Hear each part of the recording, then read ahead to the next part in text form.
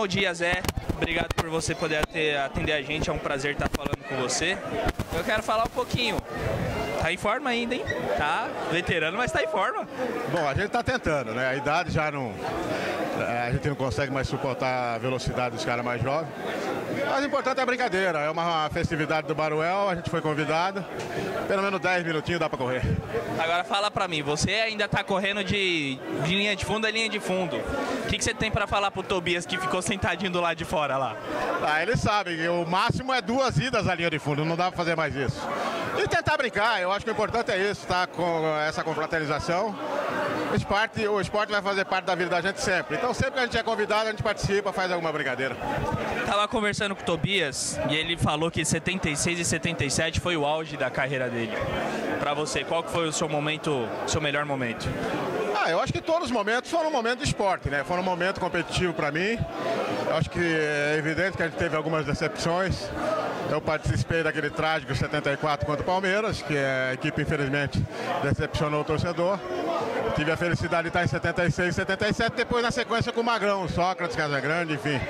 Então foram épocas maravilhosas. 77 marcou mais porque foi a conquista. E isso, sem dúvida, marca pra gente, marca pro torcedor e ficou na história, né? Fala pra mim um pouquinho sobre 76, especificamente aquele jogo do Maracanã. Conta pra mim como é que foi a viagem, como é que foi jogar, aquela atmosfera daquele dia, aquele episódio fatídico. Bom, eu acho que foi uma briga inteligente, né, entre o Matheus e o Horta, que eles criaram aqui em São Paulo, num programa de televisão. A torcida do Corinthians é briosa, fabulosa, e ela tomou aquilo como uma provocação. E acabou tomando conta do Rio. Os cariocas que a gente conhece até hoje falam que o Rio jamais será invadido como foi em 76. E a gente teve a felicidade de pegar um Fluminense tecnicamente melhor que a gente, mas a felicidade daquele gol do Russo e a decisão ir para as penalidades. Então foi uma tarde maravilhosa, uma tarde que o torcedor corintiano deu o primeiro salto, né, que foi o passo para 77 praticamente. Ali a emoção da equipe, do torcedor veio à flora, mais ainda para que a gente pudesse chegar em 77.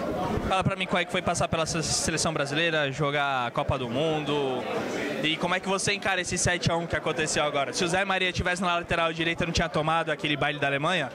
Bom, eu acho que a seleção brasileira, para mim principalmente, sempre foi um sonho. Eu acho que o jogador que se preza e quer ser um profissional digno, né, ele pensa em seleção brasileira. E para mim foi ótimo ter passado aquele período, foram quase 10 anos. Desde 68 eu participei de convocações, até 78, quando eu fui cortado. Tive a felicidade de estar naquela conquista de 77. Infelizmente participei em 74, que não foi uma grande coisa, né? Ficamos em 4º lugar. E agora tivemos uma decepção. Eu acho que foi um alerta para o futebol brasileiro, que tem que se dar atenção à várzea, tem que se dar atenção às categorias de base. Eu acho que o profissional lá de fora, ele vai com uma outra intenção jogar lá fora, não vem com o mesmo espírito para o Brasil e acaba se comprometendo. Então eu acho que é uma hora de uma revisão, uma reflexão. Acho que o Dunga está começando no caminho certo, trazendo jogadores, mas eu acho que o jogador para a seleção brasileira tem que estar aqui no Brasil. Vocês perderam a Copa de 74 e teve uma crítica muito grande em cima, uma pressão muito grande. Você acha que fizemos pouco alarde em cima do 7-1? Porque passou, já ninguém me fala mais nada, mudanças não foram feitas, sabe, a renovação tão pretendida não aconteceu. Como é que você encara essa realidade? Bom, derrota sempre ela vai ser criticada. 74 foi assim. Esse 7-1 não passa na garganta pelo volume de gols que a gente acabou tomando. Eu acho que nós tínhamos uma seleção relativamente boa, que não merecia o 7-1 e acabou tomando. O esporte é isso. No momento de muita desatenção, a gente acabou tomando uma série de gols e foi difícil correr atrás. Como eu disse no início, é um alerta. Eu acho que a gente tem que ficar esperto, não achar que a gente é o melhor do mundo. A gente tem que lutar muito. Eu acho que faltou um pouco de empenho do jogador, aquela raça que o torcedor gosta de ver. E isso tem que ser embutido na cabeça desses jogadores que estão vindo para essa nova seleção. Espírito de luta e o brasão brasileiro que está em defesa. Agora, o Tobias estava me falando ali em off que quando vocês perderem em 74 pro Palmeiras, o lateral direito do Corinthians, Zé Maria, subiu lá na sala do presidente Matheus e falou que o camisa 10 não estava correndo pra ninguém. É verdade, então, que você colocou o Rivelino pra fora do Parque São Jorge? Você tá louco. Quem foi o besta que fez um negócio desse? Até hoje a gente sente a falta do Rivelino no Corinthians. Eu acho que foi uma ingratidão daquela direção naquele momento. tomar uma providência como tomou, num período que praticamente os jogadores estavam em férias. Eu acho que, no meu modo de ver, foram um dos únicos erros que o Matheus teve no Corinthians como presidente. Criar aquela situação para o Rivelino e na calada da noite o Rivelino foi para o Fluminense. Ele fez parte, né, sentiu essa decepção de 74 e infelizmente hoje recuperou. O clube, num bom senso enorme, trouxe o Rivelino de volta ao clube, reconheceu que ele é um dos grandes jogadores do Corinthians. Isso pra gente é o que interessa. E o resultado é aquele resultado. Perdeu, você tem que levantar a cabeça e partir pra frente. Só me fala uma coisa, foi mais gostoso ganhar do Rivelino em 76? Tinha essa rixa pessoal, já que vocês foram companheiros de clube? Não, pelo contrário. Eu acho que jamais a gente entra em campo pra perder jogo.